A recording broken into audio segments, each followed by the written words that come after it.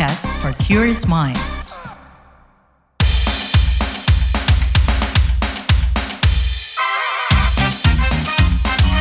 Kamu lagi dengerin podcast What's Trending.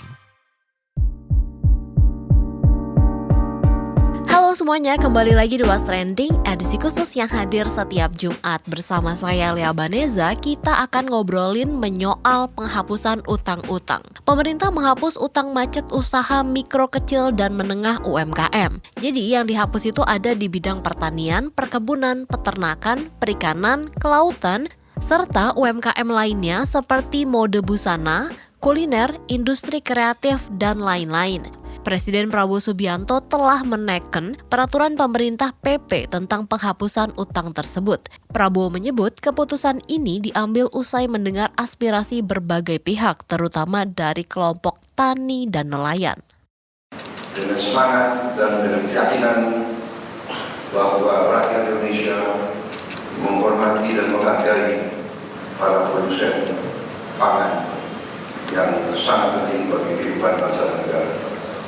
Kepala negara berharap kebijakan ini bisa membuat seluruh petani dan nelayan UMKM dapat bekerja dengan tenang. Namun Prabowo menyebut PP ini masih membutuhkan petunjuk teknis dan pelaksanaan yang akan didetailkan melalui aturan di kementerian atau lembaga terkait. Dengan ini, pemerintah berharap dapat membantu saudara-saudara kita, para produsen yang bekerja di bidang pertanian, UMKM, dan sebagai nelayan yang merupakan produsen pangan yang sangat penting. Mereka dapat meneruskan usaha-usaha mereka dan mereka bisa lebih berdaya guna untuk bangsa dan negara.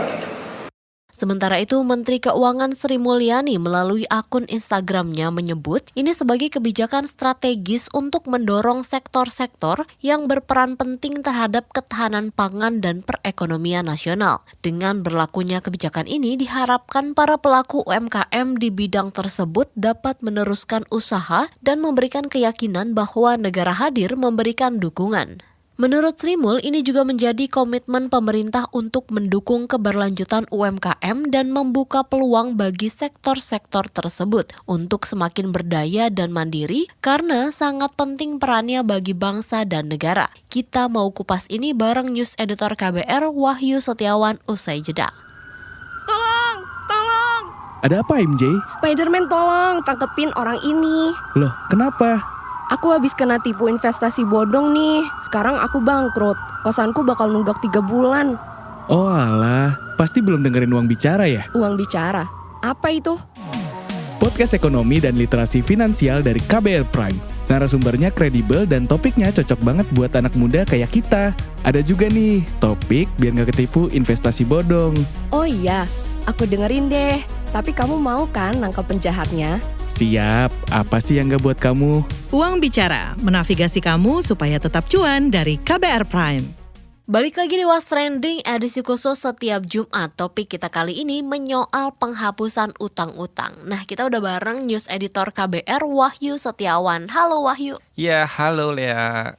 Wahyu, utang diputihkan itu tentu sebuah kabar yang menyenangkan gitu ya. Di kasus ini mungkin buat UMKM gitu. Iya Le, memang kabar ini mendapat tanggapan positif ya, khususnya di kelompok petani dan nelayan yang rencananya menjadi kelompok sasaran program penghapusan utang itu. Dan ini cukup banyak ya Le ya. Kalau menurut Menteri Kelautan dan Perikanan, Sakti Wahyu Trenggono, ini ada sekitar 600-an miliar utang nelayan nih yang akan dihapus atau diputihkan. Nah, Sakti mengklaim itu adalah utang di era atau saat pandemi COVID-19 ya, yang memang saat itu kondisi perekonomian agak lesu ya, yang tercatat oleh Badan Layanan Umum KKP. Yang akibat dari karena COVID dan lain sebagainya gitu ya. Tapi yang seperti apanya kan saya belum bisa bicara karena itu menunggu PP. Ya, PP-nya sedang proses. Jadi dari situ nanti kemudian kita akan lihat. Sementara kalau Menteri Pertanian Andi Amran Sulaiman mengklaim terbitnya peraturan pemerintah tentang penghapusan piutang macet itu sebagai wujud nyata keberpihakan pemerintah terhadap kesejahteraan UMKM, utamanya petani. Ya, kita doakan, kita support di hulu agar saudara-saudara kita yang dulu punya utang bisa bekerja produktif sehingga mereka tidak lagi ada utang menunggak. Nah, mungkin respon atau omongan dari kelompok petani atau nelayan ada nggak nih Wahyu? Iya, pastinya ada ya. Ini saya coba mengutip pernyataannya ya, para petani yang disiarkan atau ditayangkan lewat YouTube Sekretariat Presiden. Nah, kita dengar ya reaksi perwakilan Asosiasi Peternak Ayam Sugeng Wahyudi. Saya kira layak untuk diapresiasi terkait dengan keputusan Presiden tersebut. Dan satu hal yang jauh lebih penting, saya kira juga mencari tahu kenapa sampai terjadi hutang-hutang yang ada di tingkat peternak maupun petani. Saya kira ke depan kita berharap kepada Pak Presiden untuk juga bisa memperbaiki kondisi atau ekosistem khususnya di dunia perunggasan di mana kami mewakili peternak-peternak seluruh Indonesia. Kemudian ada juga Dian Alex Chandra. Dia adalah perwakilan Asosiasi Bawang Merah Indonesia. Kami petani, kita di sentra bawang merah itu sampai ada jargon, nandur bawang untuk mulai utang. Itu bahasa Jawa, Pak. Jadi tanam bawang tumbuhnya hutang. Alhamdulillah sekarang hutang sudah ditutup sama Pak Prabowo sama Pak Presiden, sudah diklirkan, sudah diputihkan. Jadi kita semangat lagi, tanam lagi, mudah-mudahan ke depan kita tetap terjaga. Sejak 2017 sampai sekarang kita sudah tidak pernah mengimpor bawang merah di luar negeri, bahkan kita sudah ekspor. Kami sudah mengekspor bawang merah itu sampai 70.000 ton. Lalu tak ketinggalan nih, ada juga perwakilan nelayan dari Indramayu bernama Kajidin. Pertama, saya antusias sekali ketika Pak Presiden Pak Prabowo menyampaikan program gebrakan yaitu penghapusan utang bagi nelayan maupun petani. Karena jujur ada beberapa kan kawan nelayan kita yang sampai saat ini mengalami kesulitan untuk melaut dan beberapa kapal mereka juga yang diikat di babagan mangkrak karena memang terjerat oleh utang baik di bank maupun di tengkulak seperti itu. Nah, ada juga nih tanggapan lain dari Kesatuan Nelayan Tradisional Indonesia atau KNTI. Jadi pada umumnya mereka menyambut baik nih rencana tersebut.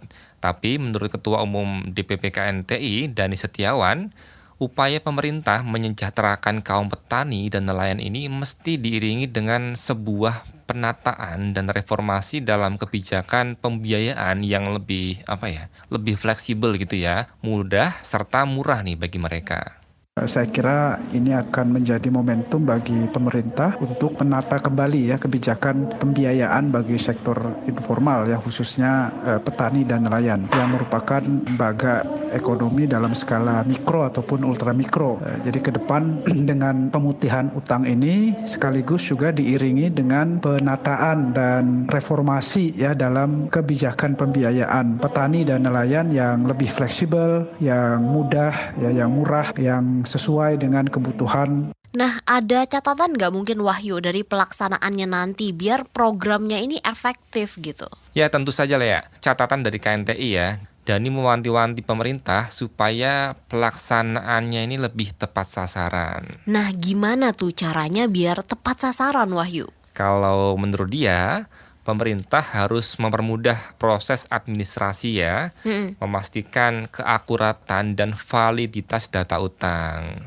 Kedepannya, Dani berharap pemerintah menguatkan skema pembiayaan dan mempermudah akses modal bagi nelayan. Tapi kalau secara hitung-hitungan ekonomi gitu ya, nggak cuma dari pemerintah tapi juga dari masyarakat penerima sasaran, bener nggak sih Wahyu ini tuh akan menguntungkan atau memang ada potensi merugikannya nih? Berarti maksudnya merugikan negara atau pihak-pihak ada dirugikan apa enggak gitu ya? Ya, apakah bisa memajukan sektor-sektor yang jadi sasaran gitu kan? Nah, untuk lebih jelasnya nih ya, kita juga perlu tahu pandangan dari ekonom nih. Sebetulnya seperti apa sih dampaknya atau hitung-hitungannya seperti apa ya mengenai kebijakan ini? Apakah kebijakan ini justru merugikan negara? Nah, ini ada ekonom Core Indonesia, Yusuf Randy Manilet, yang menilai kebijakan ini tentu nih akan memberikan peningkatan kesejahteraan dan kalau diistilahkan kelegaan finansial ya. khususnya bagi petani dan nelayan. Tapi, ada tapinya ya, memang betul, menurutnya kebijakan ini juga berisiko menimbulkan moral hazard atau risiko lainnya. Oke. Kita juga paham dan harus akui bahwa kebijakan ini juga bisa berisiko menciptakan ekspektasi bahwa pemerintah akan selalu, tanda kutip ya, menyelamatkan peminjam yang gagal bayar, yang kemudian jika tidak dilakukan secara hati-hati dan juga regulasi yang tepat akan mendorong perilaku pinjam yang kemudian tidak bertanggung jawab, terutama di masa depan. Yusuf bahkan menyebut kebijakan penghapusan utang petani dan nelayan ini akan berdampak pada ekosistem perbankan ya. Langkah ini akan memengaruhi rasio kecukupan modal ataupun stabilitas keuangan bank yang terkena dampak. Jadi banknya ini yang diputihkan atau dihapus utangnya ini kemungkinan akan ikut terdampak. Di sisi lain, kebijakan ini juga bisa mengubah perilaku bank. Artinya nantinya bank mungkin akan menjadi lebih konservatif ya dalam memberikan pinjaman kepada sektor-sektor yang terkena dampak. Kedepannya nih Yusuf menjelaskan, bank-bank yang selama ini memberi pinjaman ini harusnya lebih berhati-hati lah ya. Dan memperketat pemberian kredit ya, utamanya kepada tadi sasarannya ya petani, nelayan, dan pelaku UMKM. Karena dampaknya justru akan merugikan petani, nelayan, dan kalangan usaha mikro yang benar-benar membutuhkan akses pembiayaan. Oke, kita belum selesai nih bahas soal penghapusan utang-utang kelompok masyarakat tertentu. Akan kita lanjutkan pembahasannya dan syarat-syarat utang macet yang bisa diputihkan. Tapi kita jeda dulu. Bagaimana kamu melihat cinta? Seberapa jauh eksplorasimu soal cinta? Nikah, pacaran, cinta aja nggak cukup gitu. Tapi kalau saya bilang cinta aja tuh cukup. Makna cinta, Cile, aduh.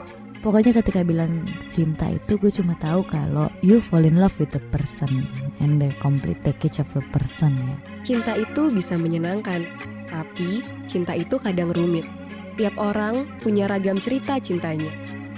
Love Buzz membebaskan kamu mendefinisikan dan mengalaminya. Ekspektasi itu ada kayak banting-banting meja, banting-banting piring gitu. Tapi gue ngerasa if I feel it, I need to say it. Dengarkan Love Buzz di kbrprime.id. Tersedia juga di platform mendengarkan podcast lainnya. Love Buzz, membicarakan perkara yang tidak dibicarakan ketika berbicara perkara cinta.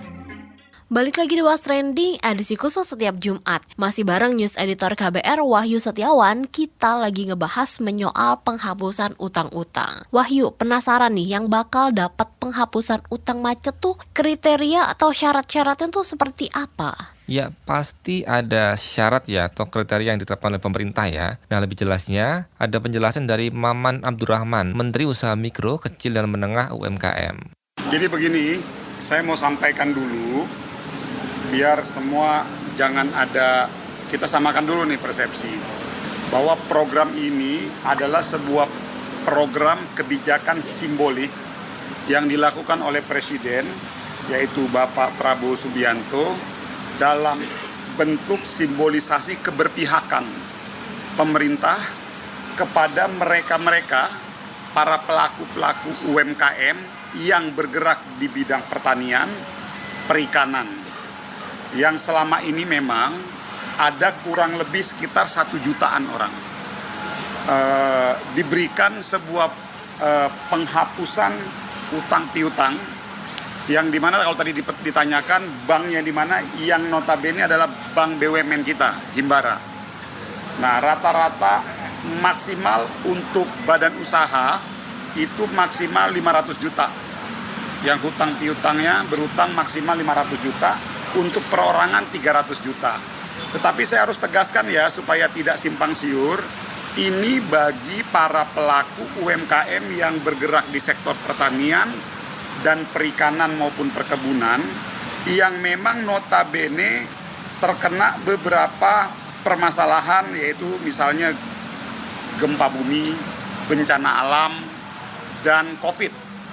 Jadi ini tidak semua pelaku UMKM kita hapuskan utang piutangnya, ini yang memang sudah betul-betul tidak bisa tertolong kembali.